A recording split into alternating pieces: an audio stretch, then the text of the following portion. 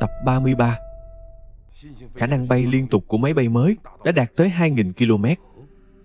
Thưa trưởng quan, hiện tại chúng tôi đang thực hiện bài kiểm tra bay ở độ cao 8.000 m. 8.000 m à? Vâng. Có thể bay cao như vậy à? Trưởng quan, giới hạn bay cao nhất của máy bay mới đã vượt qua 1.000 mét. Ôi trời ơi! Đây chính là loại máy bay mà lính tiền tuyến mơ ước. Nhà thiết kế này quá tuyệt vời dân. Thưa trưởng quan, nhà thiết kế là Horikoshi Shichiro, một thiên tài của đế quốc. Đáng tiếc máy bay mới vẫn cần phải hoàn thiện thêm. Trong quá trình bay thử nghiệm đã xảy ra không ít vấn đề, cần phải có thời gian giải quyết. Dạ, tôi đã từng nói, trong quân đội không có hai chữ không thể. Chỉ cần làm chắc chắn phải thành công. Không thành là do chưa làm.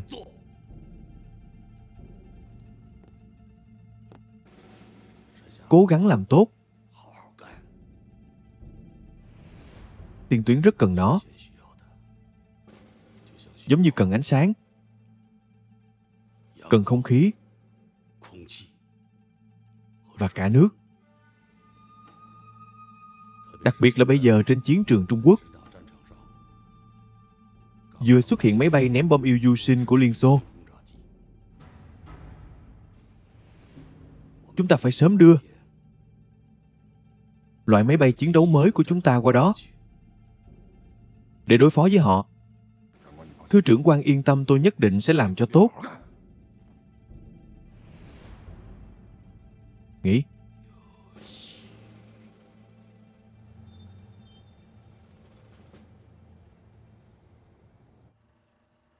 đây là hình ảnh tôi chụp được trên không phận Trùng Khánh.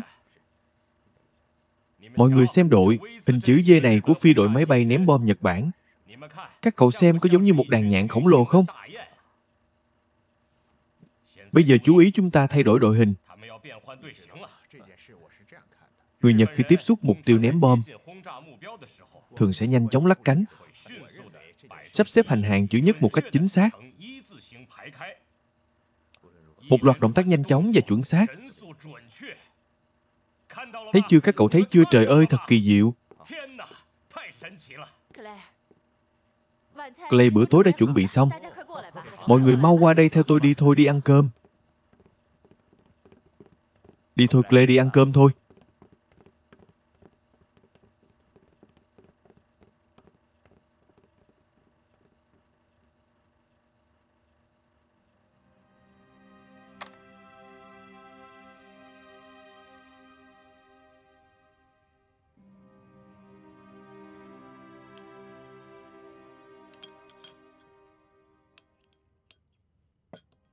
Có lẽ không phải chúng tôi không quan tâm, mà là quá xa vời. Hai người da vàng đánh nhau, anh đấm tôi đã. Liên quan gì tới chúng ta? Chúng tôi chỉ muốn gặp anh, chúng ta đã 3 năm chưa gặp. Đừng nói như vậy Hát Man. Nếu hai người da trắng đánh nhau anh sẽ hứng thú à? Có gì mà lạ, anh cứ ra đường hỏi xem. Chắc chắn có nhiều người quan tâm tới chiến sự châu Âu hơn, dù sao thì tổ tiên chúng ta cũng đến từ châu Âu. Cùng nguồn gốc mà. Chúng tôi có quan điểm khác nhau. Đánh nhau vốn dĩ đã rất chán bất kể là ai đánh nhau. Tốt nhất là bớt nhúng tay vào. Được rồi mấy anh, không thể bàn luận chiến tranh một cách khinh. Suốt như vậy Clay sẽ rất buồn. Anh ấy đã cống hiến hơn 2 năm tâm huyết cho chuyện này. Nhưng mà trong miệng mấy anh, nó chẳng khác gì một cuộc ẩu đả trên đường phố. Có đúng không Clay? Không. Mọi người cứ nói tự nhiên, muốn nói sao cũng được.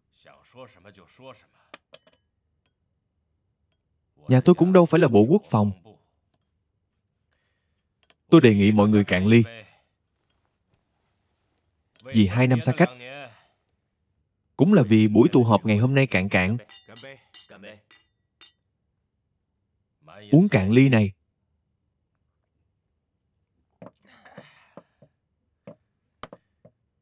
Lại rót đầy cho tôi.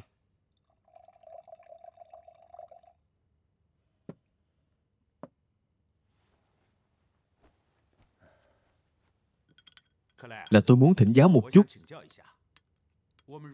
Chúng ta làm để phân biệt người Nhật và người Trung Quốc. Theo tôi thấy họ trông gần như giống nhau. Rất khó để mà phân biệt. Có thể nhìn vào chân của họ. Ngón chân của người Trung Quốc đều chũm lại. Ngón chân cái của người Nhật lại tách biệt với những ngón chân khác. Vì họ mang guốc gỗ đế lâu năm. Có đúng không, Claire?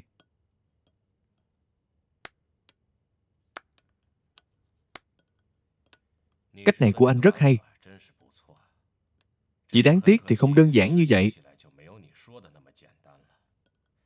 Mọi người nghĩ xem.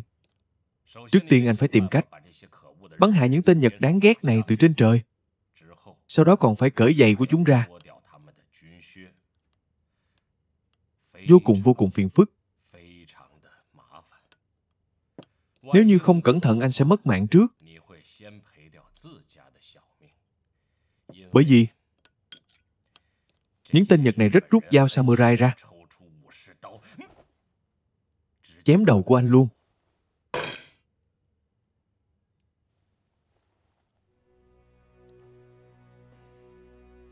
Là anh có nghĩ nước Mỹ sẽ tham gia cuộc chiến tranh châu Âu không? Tôi cảm thấy Mỹ sẽ tham chiến ngay lập tức để giúp đỡ các nước đồng minh của chúng ta cùng đối mặt với chiến sự, ít nhất là trước khi chiến tranh chưa đánh tới bờ biển của Mỹ. Đây không phải là vấn đề đạo nghĩa mà còn là nghi thức. Cùng một đạo lý, Mỹ cũng nên toàn lực giúp đỡ Trung Quốc. Bởi vì giúp đỡ Trung Quốc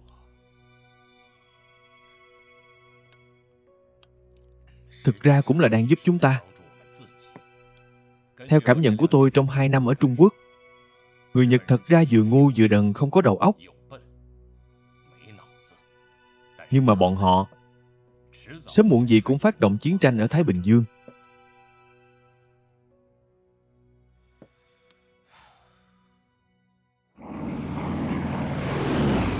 Đại quý, báo cáo tình hình bay của anh có nghe thấy không? Can dầu phụ không thể dứt bỏ. Thiết bị kết nối hình như không hoạt động. Kệ can dầu phụ tiếp tục bay cao, đạt tới độ cao 8.000 mét trở lên.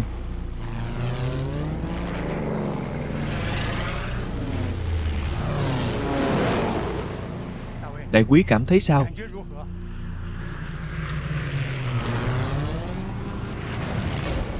Báo cáo áp suất cung cấp dầu không đủ. Hình như có vấn đề với việc cung cấp nhiên liệu. Vậy thì thử tăng ga hết cỡ xem sao.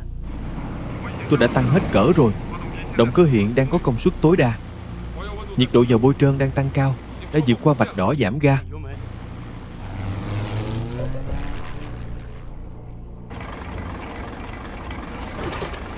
Động cơ ngừng hoạt động.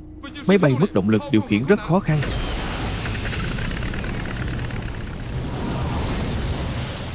Thử khởi động lại.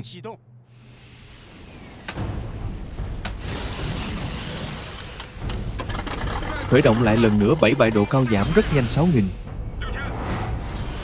4.500, 3.900. Trời ơi, nó đang rơi. Đại quý, anh đang mất độ cao. Nhảy dù đi, nhảy dù đi. Không cần, tôi thử lại lần nữa.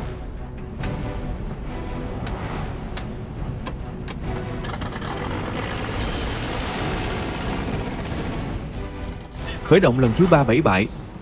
Máy bay không có phản ứng, không có phản ứng. Nhảy dù đi, mau nhảy dù đi. Đại quý, cậu phải nhảy dù, đừng lo cho máy bay.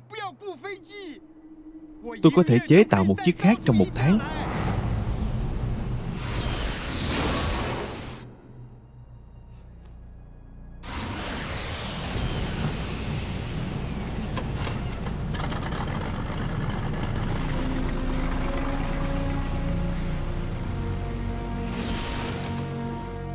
Số không báo cáo, số không báo cáo. Động cơ tự khởi động, tôi đã khôi phục được động lực. Bây giờ tôi bắt đầu quay trở lại. Tốt. Hay lắm, tuyệt vời, thành công rồi.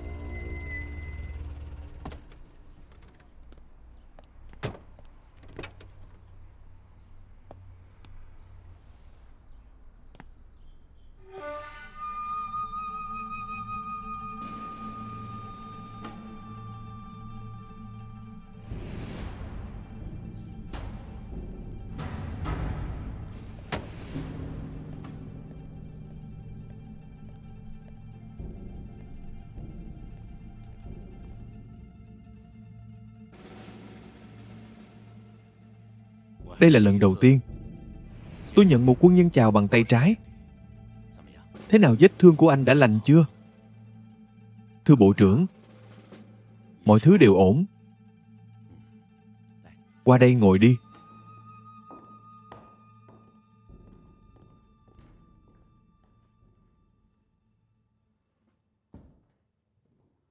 Tôi đã xem báo cáo của anh. Tôi không hiểu tại sao anh còn muốn tới Hán Khẩu. Anh đã mất một cánh tay ở đó, chẳng lẽ còn muốn tìm lại à?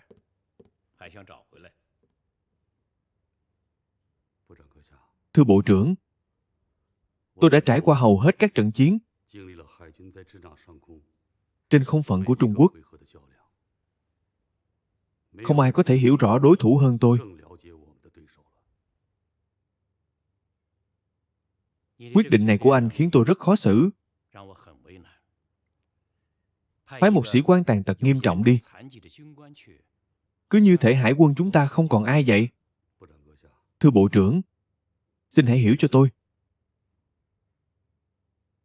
Theo lý thuyết, tôi có thể xuất năm, kết thúc sự nghiệp tham gia chiến tranh của bản thân.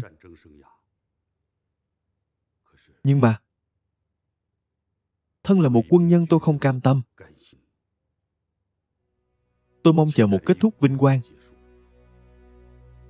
chứ không phải như bây giờ. Tôi không muốn cả đời sống trong những tổng kết bẫy bại. Đã như vậy thì đành phái anh đi thôi. Nhưng mà, Đại tá Onishi đã thay thế vị trí chỉ huy của anh. Chỉ cần có thể quay lại, tôi có thể làm phó quan cho Đại tá Onishi. Tốt, cứ làm theo lời của anh. Giấy bổ, nhiệm của anh sẽ được ban hành trong vài ngày tới. Còn về thời gian anh nhậm chức, sẽ tùy thuộc vào sức khỏe của anh. Cảm ơn. Thưa Bộ trưởng, tôi còn một đề nghị không biết nói. Tôi muốn biết loại máy bay chiến đấu mới của chúng ta khi nào mới có thể đưa vào sử dụng trên không phận Trùng Khánh. Thông tin của anh cũng khá nhanh nhạy. Phi công thử nghiệm chính thức là cấp dưới của tôi. Lúc đầu tôi đã giới thiệu cho đội bay thử nghiệm. Trong số những chiếc máy bay chiến đấu Zero đầu tiên, hiện tại mới chỉ sản xuất được có 13 chiếc, vẫn còn đang thử nghiệm, vẫn chưa được định hình. Tôi đang nghĩ, liệu có thể chuyển việc thử nghiệm đến Trung Quốc không? Trực tiếp hoàn thành thử nghiệm trong trận chiến. Thưa Bộ trưởng, trên không phận Trùng Khánh,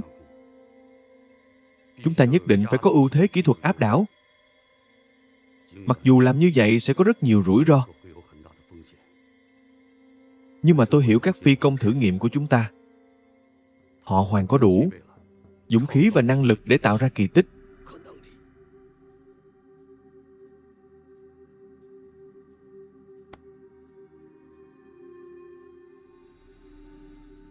Để tôi tìm hiểu xem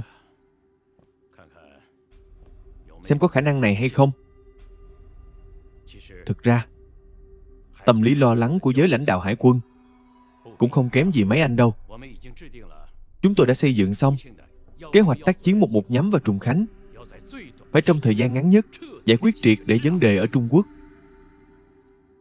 Vì vậy đề nghị này của anh chúng ta có thể cân nhắc. Thuộc hạ đã hiểu.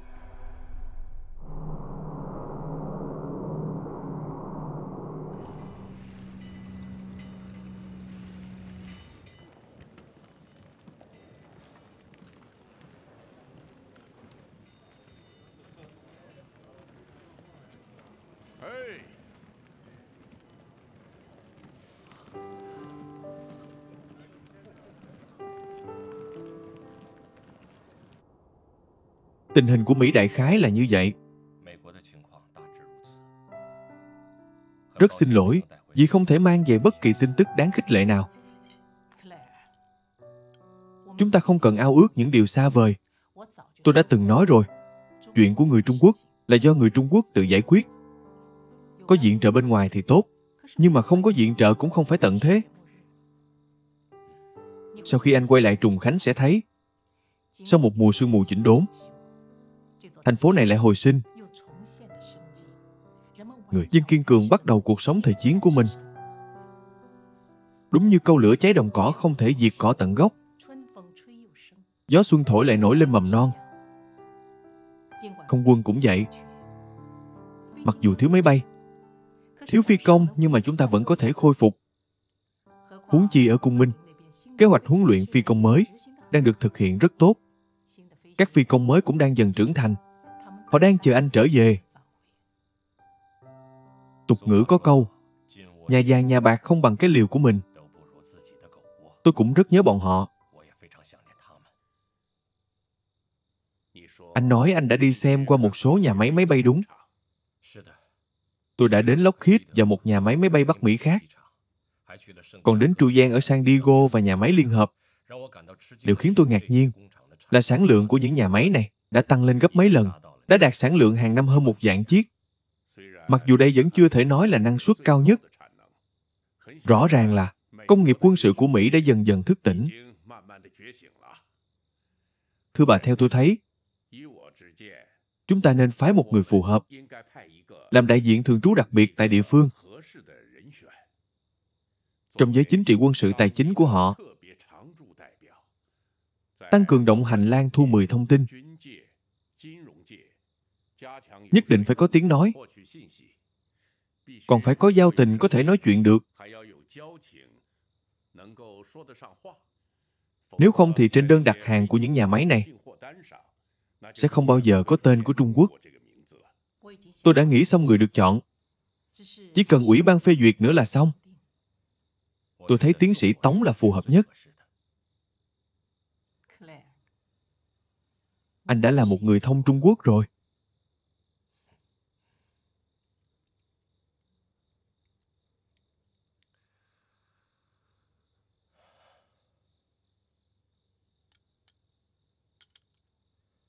Phu nhân, xin thứ lỗi.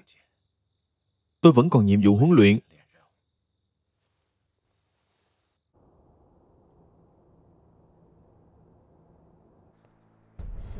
Bốn tháng sau tháng 6 năm 40, Tưởng Giới Thạch để Tống Tử Văn, người không giữ bất kỳ chức vụ nào, với tư cách đại diện cá nhân của ông đến Hoa Kỳ. Bên ngoài đồn rằng nhiệm vụ của Tống là giành được sự viện trợ của Mỹ. Gần như cùng lúc đó, 13 máy bay Zero của Hải quân Nhật Bản khởi hành từ căn cứ Omura của chính quốc đến sân bay Hán Khẩu qua Thượng Hải. Sự điều động quân sự này có vẻ rất bình thường. Thật ra không hề bình thường. Sự xuất hiện của 13 chiếc máy bay Zero đang trong giai đoạn thử nghiệm sẽ thay đổi hoàn toàn cuộc diện trên không phận Trùng Khánh, thậm chí toàn bộ phía Tây Nam Trung Quốc. Một số ít máy bay tiên tiến công nghệ cao lần đầu tiên ảnh đến toàn bộ diện mạo của cuộc chiến.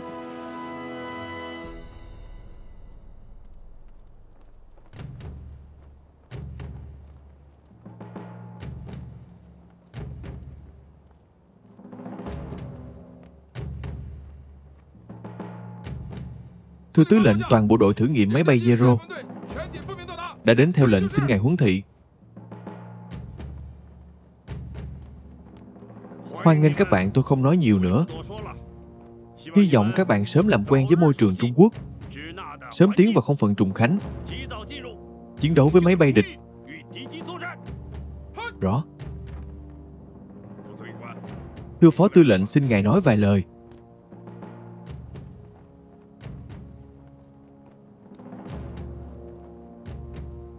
Mặc dù chúng tôi rất khao khát loại máy bay chiến đấu mới này, nhưng mà nói dù sao cũng là một loại máy hoàn toàn mới. Chúng tôi thậm chí còn chưa kịp định hình và trang bị. Chúng tôi càng không thể xác định liệu nó có thể tham chiến hay không. Ngay cả khi tham chiến, liệu có thể chiến thắng đối thủ trong trận chiến hay không? Chiến thắng đối thủ liệu có phải là tuyệt đối áp đảo, xoay chuyển cục diện hay không? Tất cả những điều này đều phải chờ đợi chúng ta từ bây giờ bắt đầu cố gắng nỗ lực. Không nói gì thêm nữa. Các vị,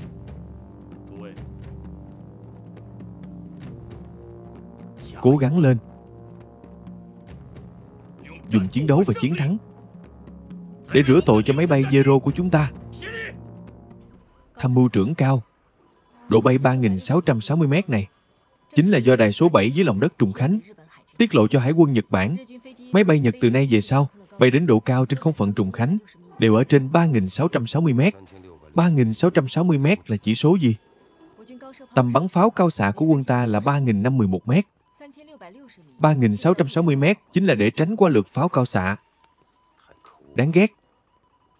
Cô nghĩ sao? Tôi muốn gặp nhân viên điện báo số 7. Nếu có thể chúng ta có thể lợi dụng anh ta để cung cấp thông tin sai lệch cho quân Nhật để giành lại những gì đã mất. Ý kiến hay.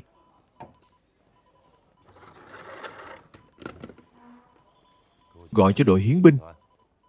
Đội hiến binh à? Tôi là Cao Vân Thiên từ Bộ Tư lệnh Phòng không. Người mà máy bắt được 3 ngày trước. Nhân viên điện báo số 7. Làm ơn đưa tới đây cho tôi. Cái gì?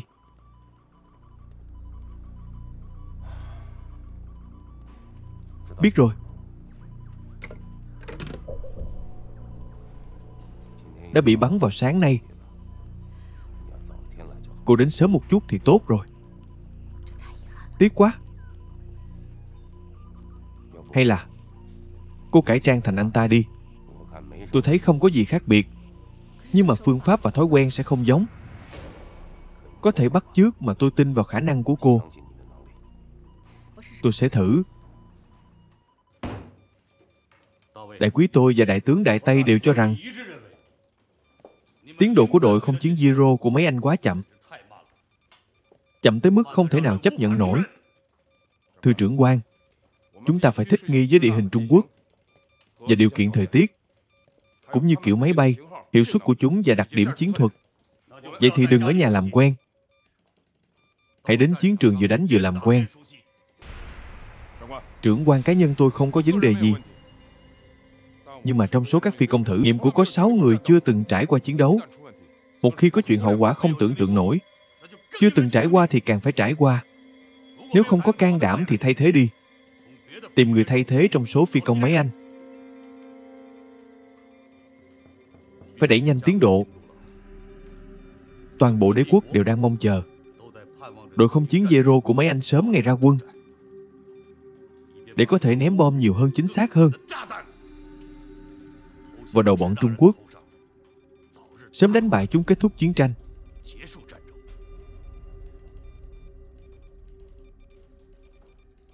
Đại quý, có một mật ngữ mà anh từng nghe chưa? Đừng bỏ lỡ chuyến xe buýt. Xe buýt đúng. Pháp đầu hàng. Quân đội Anh thảm bại đã rút khỏi 6 địa châu Âu. Nhật Bản nước Ý sắp ký hiệp ước quân sự lúc này. Chính là cơ hội ngàn năm có một để đại đế quốc Nhật Bản tiến về Đông Nam á. Dạng đừng bỏ lỡ. Phải càng sớm càng tốt kết thúc chiến tranh Trung Nhật. Điều quân về phía Nam ra là vậy. Đại quý, thời gian dành cho chúng ta không còn nhiều. Đội không chiến Zero hôm nay phải tham gia tuần tra trên không Nghi Xương. Vừa đánh vừa làm quen với môi trường dân.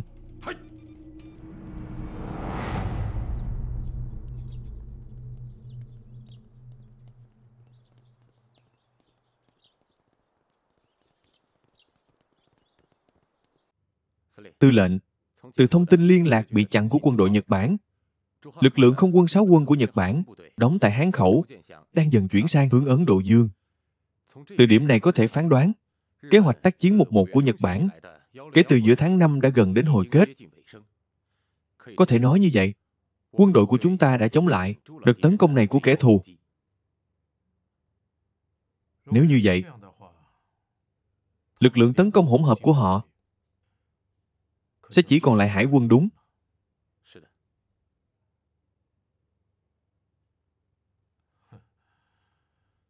3 tháng trời. Thời gian thật khó trôi. Chỉ riêng Trùng Khánh Số lần không kích của máy bay địch không dưới 200X4 lệnh. Còn một tình huống nữa. Trạm phòng không phù lăng của tôi đã quan sát thấy một loại máy bay mới của chúng. Máy bay mới là một loại máy bay nhỏ tốc độ nhanh. Phía dưới bụng máy bay có treo vật giống như bom. Tôi phán đoán là máy bay ném bom kiểu mới. Máy bay ném bom. Anh phán đoán như vậy đúng. Từ phạm vi hoạt động của nó cho thấy chính là như vậy. Nếu là máy bay chiến đấu, khả năng bay liên tục của nó không mạnh như vậy. Chuyện này không thể xem thường. Lập tức thông báo cho đội tình nguyện Xô Viết. Vì 2 ngày nữa chúng sẽ tấn công Nhi Tân. Dân.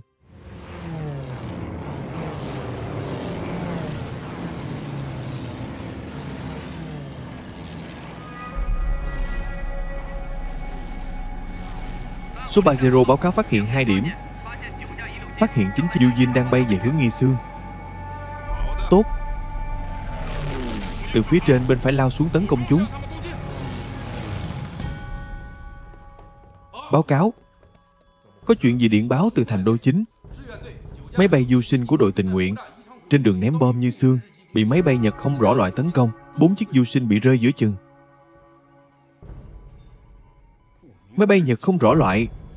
Phi công Xu Viết nói, thông thường quân Nhật rất khó đuổi kịp du sinh. Mà lần này máy bay Nhật có thể ở phía sau thay đổi vị trí qua lại mà không bị bỏ lại. Hơn nữa, loại máy bay Nhật này trang bị pháo 20mm, sức sát rất lớn.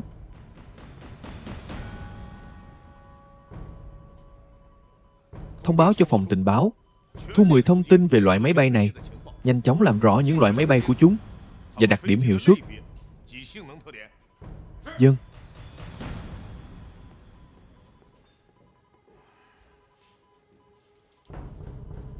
Kỳ lạ. Yêu du sinh hiện tại là máy bay có tốc độ bay nhanh nhất. Vậy mà bị bắn hạ 4 chiếc. Đây là thần thánh phương nào?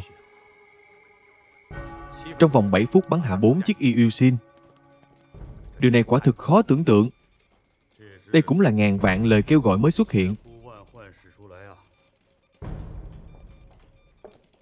Katopun. Dân. Bây giờ đã hiểu vì sao tôi lại mong chờ sự xuất hiện của nó như hay chưa, tướng quân? Có lẽ bây giờ đưa ra kết luận vẫn còn quá sớm. Điều quan trọng là phải xem biểu hiện của nó trên không phận trùng khánh. Nhưng mà có phải hơi ít không, chỉ có 13 chiếc? Số lượng không phải là tất cả. Hổ thường đi từng con một. Chỉ có cừu mới đi theo bầy đàn.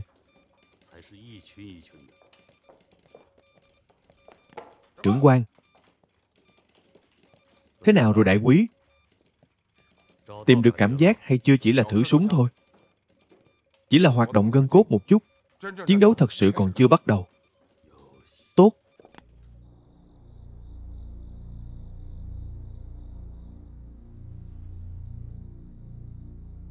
Các vị, tôi đã kiểm tra tất cả những gì chúng ta nắm được về biên chế của quân đội Nhật Bản và số hiệu đơn vị. Đội Zero này chưa từng có. Nhưng mà, nếu liên hệ với những máy bay không rõ danh tánh thường xuất hiện gần đây, thì có một cách giải thích. Đó là một đơn vị chiến đấu của quân Nhật, được trang bị máy bay kiểu mới đã tiến vào Hán khẩu. Nhưng mà nhiệm vụ của chúng rốt cuộc là gì? Loại máy bay mà chúng đang được trang bị rốt cuộc là cái gì? Nếu làm rõ được hai vấn đề này, ngày ít có thể được giải thích. Bản mật điện này có 2 từ then chốt khiến người ta khó hiểu. Hơn nữa đều là mật danh xa lạ. Một là đội Zero, một là ngày ít. Đội Zero này chẳng lẽ là một đơn vị chiến đấu kiểu mới sao? Là của hải quân hay là sáu quân? Ngày ít. Ngày ít là chuyển ngày gì? Tư lệnh phá giải thực sự không có cách nào, nên đành phải giữ nguyên câu hỏi khó.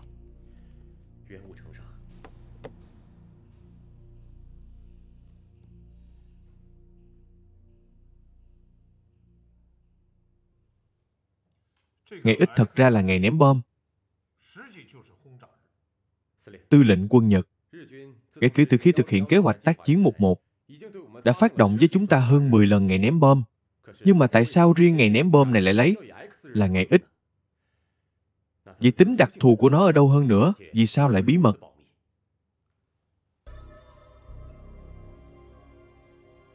Thứ nhất, kẻ địch có thể sử dụng một loại vũ khí mới. Cái gọi là vũ khí mới chẳng qua cũng bao gồm máy bay kiểu mới và bom kiểu mới.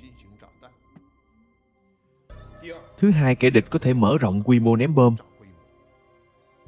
Thứ ba, kẻ địch trực tiếp nhắm vào mục tiêu đặc biệt. Chẳng qua cũng chỉ có 3 điểm này thôi có lý. Nhưng mà như vậy thì phạm vi quá lớn. Nếu tiến hành phòng bị có mục tiêu là có khó khăn. Có khó khăn cũng phải phòng. Ngoài ra chuyện này, phải nhanh chóng thông báo cho Cao Vân Thiên của Bộ Tư, lệnh phòng không, để ông ấy có chuẩn bị về tinh thần. Ngoài ra mạng lưới cảnh báo phòng không của chúng ta cũng phải nâng cao cảnh giác. Sau này một là phải báo cáo chính xác số lượng máy bay, hai là phải báo cáo chính xác chủng loại kiểu dáng. Đặc biệt là đối với những máy bay không rõ danh tánh, xuất hiện một cách bí ẩn. Nghiêm.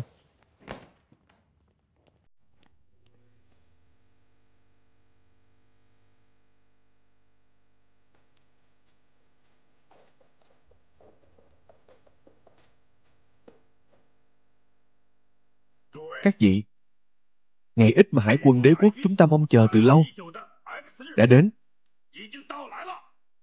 Tốt lắm. Toki đã gửi điện báo phê duyệt. Đội Zero sẽ xuất kích lần đầu tiên, đảm nhiệm nhiệm vụ hộ tống cho cuộc ném bom trùng khánh. Ngày ít chính là ngày mai. Hay lắm các vị im lặng.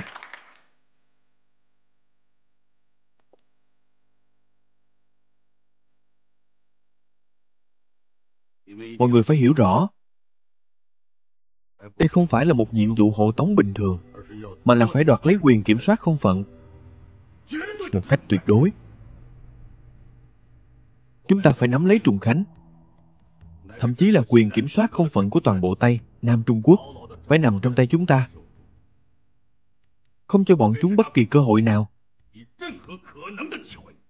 Vâng. Đại quý anh qua đây một chút, để các phi công máy bay ném bom làm quen.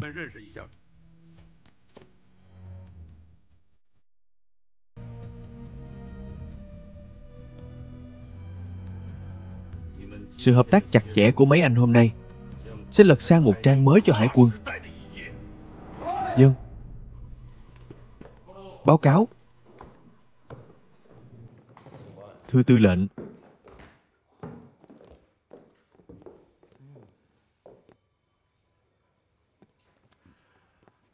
Dân Thiên, nói cho tôi biết, 4 tháng liên tục bị ném bom, Bộ chỉ huy phòng không mấy anh có chịu nổi không? Nổi hay không vẫn phải chịu. Kẻ địch thực hiện ném bom bão hòa, ném bom mệt mỏi, ném bom ánh trăng, ném bom không phân biệt. Mặc kệ bom chúng bày món gì, chúng ta cũng đều phải tiêu hóa. Dân Thiên, anh bây giờ không còn là chỉ huy trưởng phi đội chỉ huy hơn 100 người nữa, mà là một người có thể điều động 7-8 vạn người. Tham mưu trưởng phòng không đừng nhắc nữa, rất khó khăn. Đúng. Tôi còn định nói với anh, chúng tôi đã xác nhận ngày mai chính là cái gọi là ngày ít của bọn chúng. Chỉ là chúng tôi đến bây giờ vẫn chưa rõ rốt cuộc là bày món gì. Ý của ông là súng hở dễ tránh, bắn lén khó phòng. Dân Thiên, rất có thể ngày mai không quân của chúng ta không thể cung cấp phòng vệ trên không cho mấy anh. Anh tham mưu trưởng phòng không phải gánh vác. Ý ông là chỉ còn chút huyết mạch này.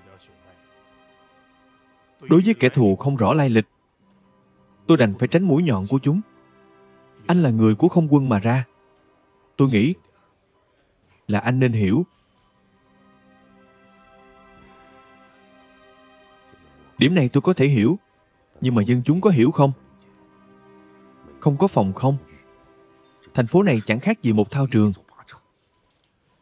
Nhưng mà dù sao cũng còn hơn là hoàn toàn không có không quân.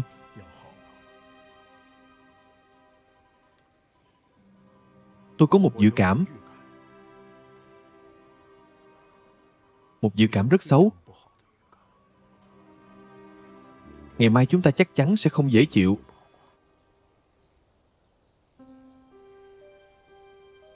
Anh xem cánh đồng hoa cải này đang nở rộ chưa kìa? Sao không thấy ông tới lấy mật? Điều này cô không hiểu rồi. Máy bay của quân Nhật đã phá hủy tổ ong. Còn tâm trạng đâu mà lấy mật. Ông còn biết đạo lý.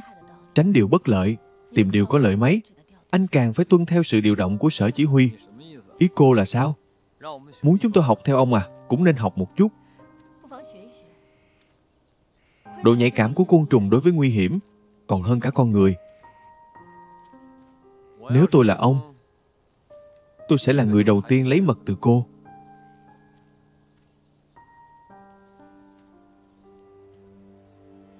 Tôi là kiểu người thích hoa dẫn bướm à? Cô còn nguy hiểm hơn nhiều. Lần trước ở nhà trọ Nam Kinh, cô nói tôi không rõ cô là người như thế nào. Tôi đã nói sao? Cô là người như thế nào? Anh cảm thấy tôi là người như thế nào? Không phải phụ nữ bình thường. Chỗ nào không bình thường? Không thừa nhận tình cảm.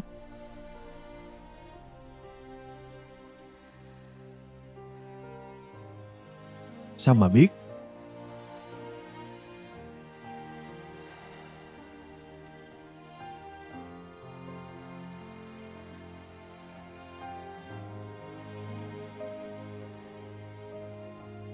Cần gì chứ?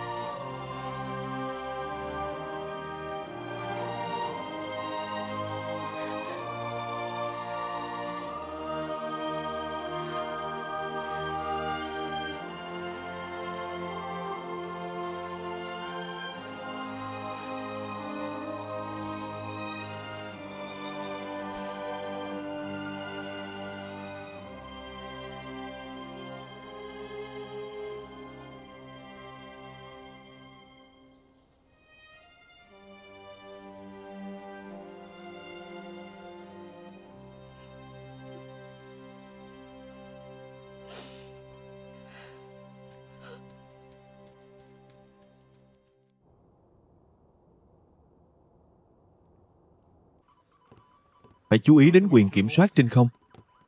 Dân đại đội trưởng báo cáo nói 4 tốp, tổng cộng 143 máy bay địch đang bay về phía trùng khách. Tốp đầu tiên để vua Bành Thủy. Đừng báo cáo lung tung. 143 giết đều là loại gì, kiểu máy như thế nào? Trạm báo cáo phòng không đề cập. Anh ta không đề cập thì anh không hỏi à? Phải làm rõ nhanh càng tốt. Vâng. Qua đây xem. Chúng ta ở đây. Báo cáo. Tất cả máy bay tiên kích đều đã khởi động chờ lệnh. Lưu Trường Lĩnh xin chỉ thị khu vực đánh, chặn. Để cậu ta chờ lệnh. Vâng.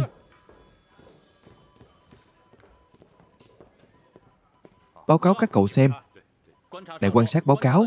Quan sát thấy một loại máy bay nhỏ chưa từng thấy. Tốc độ cực nhanh. Đúng rồi. Những vị khách không mời mà đến cuối cùng đã xuất hiện. Thông báo cho tất cả máy bay tiêm kích lập tức cất cánh. Tản cư di chuyển theo hướng thành đô. Không được tiếp xúc với máy bay địch. Đây. Cứ thế nói với Lưu Trường Lĩnh. Bảo cậu ta nghiêm chỉnh chấp hành. Vâng.